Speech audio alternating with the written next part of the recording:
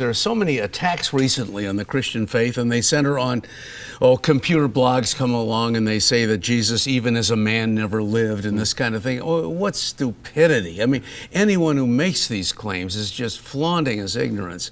We have so much detail outside the Bible as well on what took place on that day of days.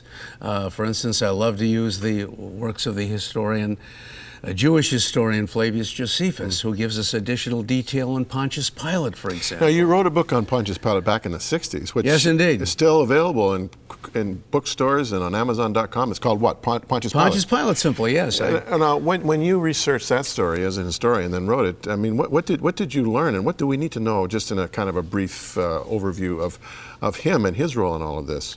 Well, the reason I engaged in, dare we call it the Pilate Project? No, I don't think we have to. In any case, here was a living, breathing human being who was the physical link between the secular evidence and the sacred evidence. This has always been my hobby over the last 30, 40 years of my historical research, to see where points of tangency might exist between the scriptural record and the secular record. And there are all kinds of points of tangency, all kinds of bridges that can be built between the two sets of evidence. And here's a physical personality, Rome's man, as governor in Judea for 10 years, from 26 to 36 AD, and we can now get additional information on him from Roman sources that mention him. Cornelius Tacitus, for example, mentions the name Pontius Pilate. We can get even physical evidence on Pilate, because they found a cornerstone of a building which he erected in Caesarea. I've seen it. You have? Good. Yeah, I've seen it. Well, to the people of Caesarea, Pontius Pilate, the prefect of Judea, has presented the Tiberiaeum in honor of the Emperor Tiberius. You know, I think the one that's there in Tiberias is obviously a replica. I think the original is in the Israel Museum in Jerusalem. Absolutely, yeah. Why was that find so important? Well, because there were scholars, pseudo-scholars in any case, in the last century, I still refer to the 1800s. Bruno Bauer, for example, was one of the skeptics who said there never was a historical Jesus, or anybody he intersected with. Pontius Pilate never lived. Well, and those claims are still made today. These are people who simply don't have the facts. Here you have hard evidence, archaeologically. You have the smoking gun from the ancient world that there was a Pontius Pilate. His name's on stone. Yeah. Now, Pontius Pilate was conflicted, wasn't he, when Jesus was brought to him to be tried? Was this evidence of him being a good man, or was he just a good jurist, or he realized that this is a lynch mob? What do you suppose the conflict was all about? Well, this is exactly the intriguing questions I was asking myself, because I found a big disconnect between the New Testament version of Pontius Pilate, where you have this governor trying every legal trick at his disposal to unload this case, and our Good Friday preaching, where Pilate is regularly condemned from the pulpit as a person just a little half cut above Judas Iscariot in the bowels of hell. Right. And will the real Pontius Pilate really stand up? No, he does have a story. He was, in fact, a Roman governor trying to do the right thing. But he was kind of behind the eight ball in terms of his relationships with the Jewish people. There had been 2 or 3 incidents before the Good Friday episode in which he innocently fouled up. Once he tried to introduce Roman military standards that overlooked the temple, and that was against the second commandment. There's a big riot. Another time he's trying to do nothing more than improve Jerusalem's water supply. He builds an aqueduct, and for a while he's praised until the word gets out that part of the temple treasury subsidized that operation. And then there was another riot and so forth. And so the third time he did nothing more than hang up a couple of golden shields in his office in Jerusalem, which was the Palace of Herod, west part of the city. And these were not offensive, no images on them. He had his fingers burned on that one. But this had only kind of a slogan at the edge, dedicated to Tiberius Caesar, given by Pontius Pilate, the equivalent of having a provincial or a state flag in addition to the national flag of America or Canada in the office. And this also caused a demonstration by the 4 brothers of Herod the Great, the sons of Herod the Great, Herod Antipas and his 3 brothers. He's the one who killed John the Baptist, you recall. And he tattled to Rome, and Pilate got a warning letter from Emperor Tiberius to soften up and don't involve the Jews in any further troubles, or he would have outlived his usefulness as governor. So maybe there was a bit of self-protection in his conflict. Yeah. Toward the end, it's either Jesus or himself, really, when it comes down to it. He loses a job. Did he lose his job after the Jesus incident? He was recalled 3 years after the Good Friday episode. We know that for sure. Again, Good Friday took place on the 3rd of April, 33 A.D., and he was recalled 3 years later in 36. And what caused his recall, of all things, was a riot on the main north-south highway in Samaria. The Samaritans, of all people, got in the act. They had a religious rally on Mount Gerizim, the Mount of Blessing, mentioned in the Old Testament. And all Pilate did was a police action trying to put this down. But they tattled to the Roman Senate and the Roman Emperor, and Tiberius sent him his walking papers. Now we're going to have Pilate return to Rome, and this time be on the other side of the judicial bench. And what do you know? Josephus tells us before he got to Rome, Tiberius had already died. So he didn't face the music there. I'll never forget my only time in Mount Gerizim. I was there for the celebration of the Samaritan Passover. Were you really? I was. Yeah, well, they still celebrate by killing a lamb. Yeah. Oh, no. It's an amazing thing to watch. Every family has a lamb.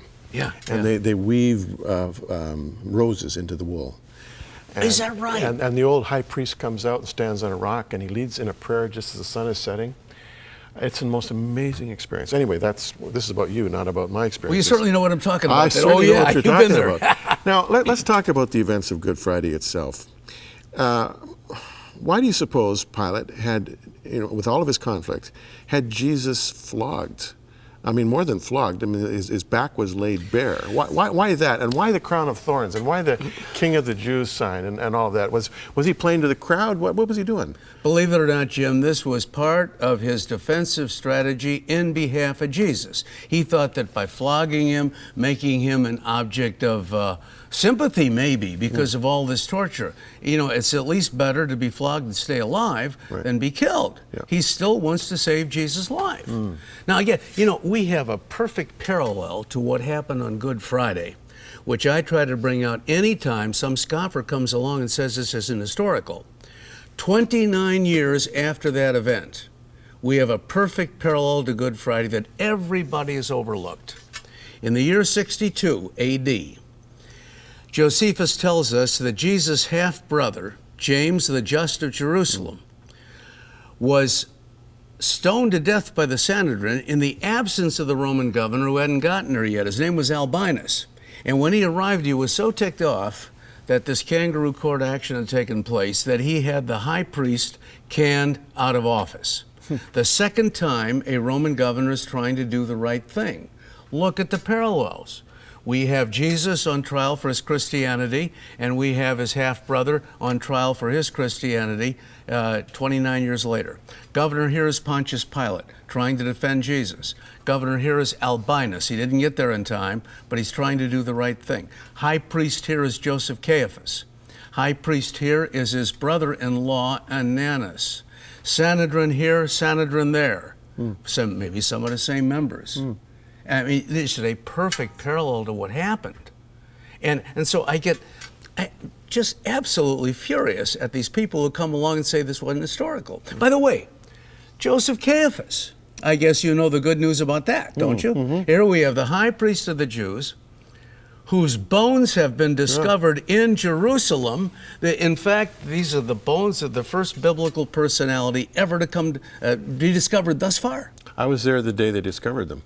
Really? I was there. I was shooting something for Crossroads, and I was taking a break, and I saw these archaeologists working down in the valley. And when I lived in Jerusalem, I would always go to these digs to see what's going on. Yeah.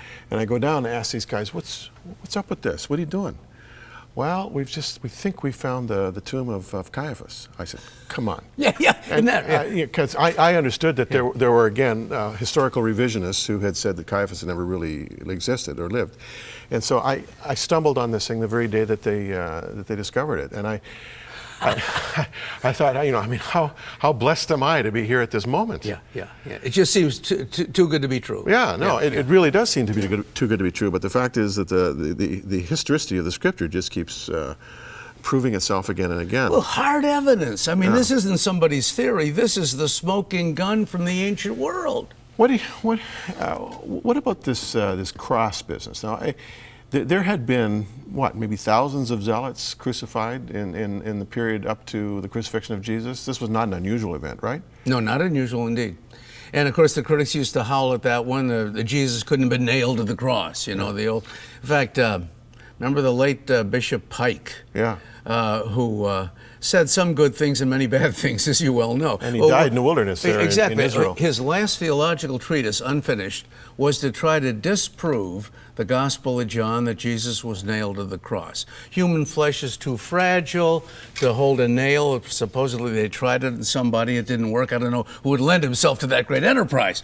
But in any case, Christians used to try to defend that by saying, well, the spike went into the wrist or something like that. Yeah. It can go to the palm now because they discovered the bones of the first crucified victim ever to come to light in Givat HaMivtar, the northeastern suburb of Jerusalem, where a bulldozer slices open a great burial cavern there, 36 ossuaries, bone chests, and one of these belonged to Yochanan ben Hagakol, his name was. They lifted it off the lid, and there we found 7-inch spike still lodged in his heel bones, proving, yes, they did crucify people that way.